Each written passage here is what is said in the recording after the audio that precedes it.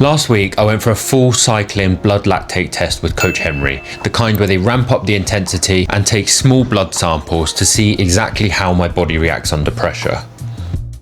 So why am I doing this? Well, it's because this test is actually one of the most accurate ways to determine your true training zones, so your actual zone 2, zone 3, etc., your lactate threshold, and your actual overall fitness on the bike.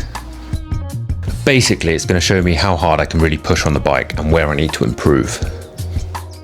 Now, some of the results from this test are actually super interesting to me, and they've highlighted some weaknesses that I actually wasn't even aware were really major weaknesses of mine, and there's given me some great foundations to actually go and build on those. So in this video, I'll take you through the whole process, the test itself, what it looks like, then the numbers, what they mean, and how I'm going to use those to level up my training for some of the big cycling events that I've got in mind for 2026. So firstly, what is the test and why does it matter? A lactate threshold test basically measures how your body responds to increasing exercise intensity to determine the intensity at which lactate begins to accumulate in your blood at a rate faster than your body can clear it. So why do a blood lactate test? Well, there's 5 main reasons. So firstly, to identify your lactate threshold, or FTP equivalent. This is one of the best predictors of endurance performance and will basically tell you the power that you can sustain for a long time without fatigue rapidly increasing. Second point, what this will let you do is then accurately set your training zones. So using the data that we're going to get from this test today, Coach Henry's going to be able to put together a training plan for me based on my actual physiology rather than an estimated FTP. And so should provide loads of benefits in terms of more carefully training around my physical limitations. Thirdly, like any kind of standard testing, a lactate test is going to let me monitor my fitness changes over time. So as I get fitter, I'll produce less lactate at the same power output. My threshold will shift to a kind of a higher wattage and I can ride harder for longer. Then by repeating this test like every quarter or every year, I can actually monitor how that threshold has changed and by that extent, my fitness. So point 4, pacing. Knowing my lactate threshold is going to help me really accurately set power zones for extended efforts such as long climbs or time trials. And I think this will be super useful to know for some of the ultra distance events that I've got in line for 2026. And finally, point 5 is the test helps you understand your metabolism. So it's going to help me understand how effectively I use fats versus carbs as an energy source, how quickly I accumulate fatigue, and then also whether I'm more aerobically or anaerobically geared. We'll probably go 260, 290, 330. Yeah, 260, 290, something like that. Okay. And then the last one we'll talk about before we get there. Okay. The test was 3 sub-maximal 6-minute intervals and then 1 4-minute full-out effort. So for me, this was 6 minutes at 260 watts and then rest for about 6 minutes. 6 minutes at 290 watts, again rest. 6 minutes at 310 watts, rest. And then finally 4 minutes at around 350 watts. During this, Coach Henry would be taking readings at designated time points, just a prick of blood from the ear, nothing serious. And then we'd use this to monitor the results. So when you get to 6 minutes, you're going to stop pedaling completely. Yeah. And just stay stationary for a minute. Just measuring lactate accumulation and also natural lactate recovery. Yeah. If you keep pedaling, that will start to clear lactate quicker. So by stopping, it measures sort of naturally what we're clearing. Okay. So lap that.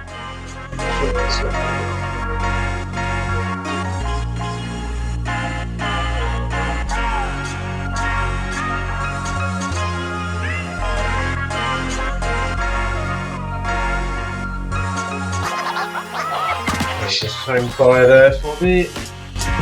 So I take a 0 measurement, so straight after, and then I'm going to take a 1 minute measurement. Okay. And what we're looking for is the peak in the lactate. So the first step, it usually peaks straight away. So that's 3.1. So I'm going to drop that down.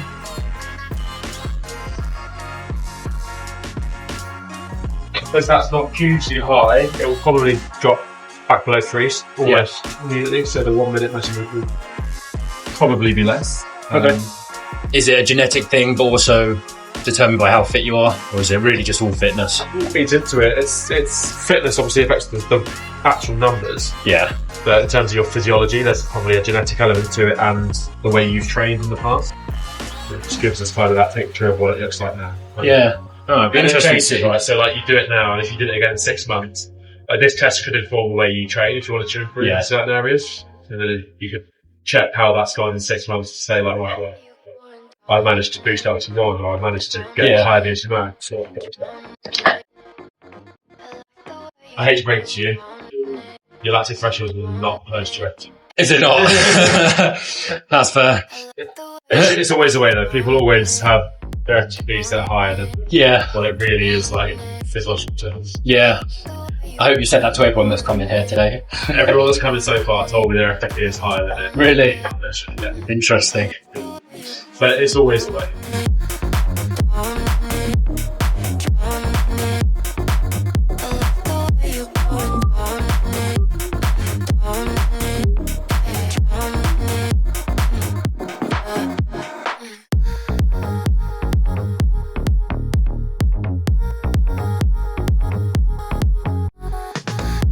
It's funny how as soon as you go and do that, I feel like I'm like swinging all over the place on the bike. Like. That's why I always just say, like, ignore me, I'll work around you, just do what you're doing. Just keep it going, come on. Hold on to it, really good. 30 seconds, come on. You are smashing it.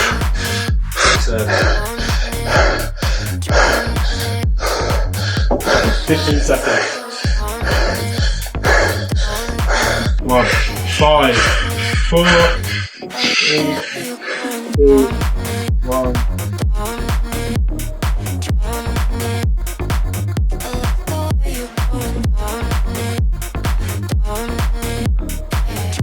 Stop that, mate. Oh. Whew.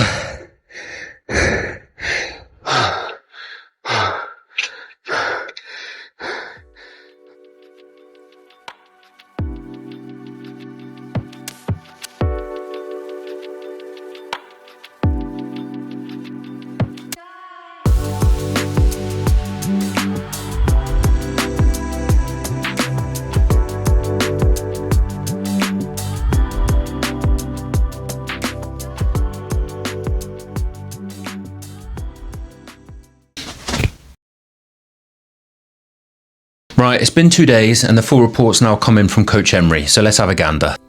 So my lactate threshold 2, the physiological equivalent of my FTP, is about 250 watts, which is interesting because this is significantly lower than my measured FTP when I do like a ramp test. So whilst this doesn't change what my FTP is, what it does mean is that actually I'm just able to sustain high lactate levels for long enough to get me that high FTP. So I can do the power, but I'm gonna suffer getting there, which to be honest, sounds exactly spot on. My lactate threshold 1, basically the physiological equivalent of my zone 2, was 190 watts, so sitting at about 77% of my lactate threshold 2. Apparently this is an indicator of decent aerobic conditioning, and this is the kind of effort that I want to be aiming for when I'm doing my long zone 2 rides. So sitting at around 190 watts, and that should keep me below that level where lactate is going to start building up faster than my body can clear it. Now the biggest limiter, interestingly, is actually my VO2 max, which is sitting at around 41. Now I know VO2 max isn't really my strong suit, but I wouldn't have had it pegged as the biggest limiter of my performance. So this is really interesting for me to know. And Coach Henry says that if I can raise my VO2 max, it basically raises the ceiling for all my other zones to increase. So by raising that, my threshold will increase, my zone 2 will increase, because there's just more headroom for those zones. So this is going to be a big one that I focus on in the next 3 or so months of training. And the final 2 results to touch on are my fat max and my VLA max.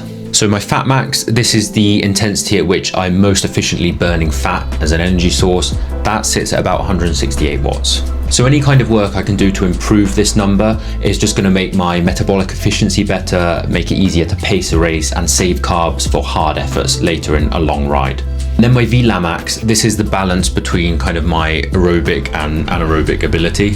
For me, my VLA max is moderately low, it's 0.8, and this suggests that I'm not particularly geared towards either anaerobic punch or aerobic efficiency in any particular way, and this is something actually I can choose to work a bit on depending on what my cycling goals actually are. So what does this mean overall? Overall, my aerobic base is decent, but really the big limiter for me is VO2 max work. If I can improve how much oxygen I use and how efficiently I use it, this is just going to really raise the ceiling for all those other zones to also increase. Like I said, Coach Henry's going to be putting me together a training plan, and obviously the focus is therefore going to be initially to raise VO2 max. So we're going to be doing longer VO2 max intervals, kind of 4 to 5 minutes at 105 to 120% of threshold. Some kind of longer zone 3, but quite like oxygen demanding intervals in kind of like 8 to 12 minute range. And then just a lot of additional aerobic work. Once we've brought the VO2 max up, that's when we can start working on bringing all those other zones up. So my LT2, my LT1, we can do particular work to increase those now that we've got the headroom with my VO2 max to actually bring those up to a higher level. So is this test for you, and is it worth doing?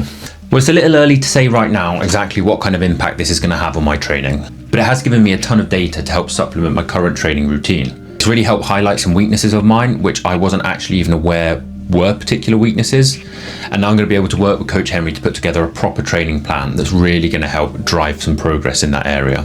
I could definitely see myself doing this maybe once a year, just to see if there's been any kind of obvious progression in that time, and to see if I've made any big leaps in fitness, or equally just to maybe tailor my current level of fitness for a particular event or style of riding that I might want to be doing more of. So I hope you found this one interesting.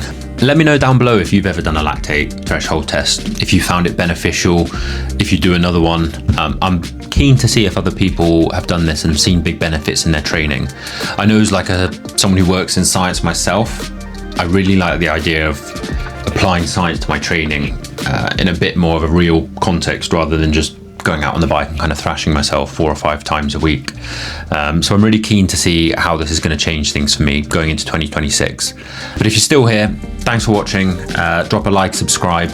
I'll keep you updated with how the progress goes, and I'll catch you in another one.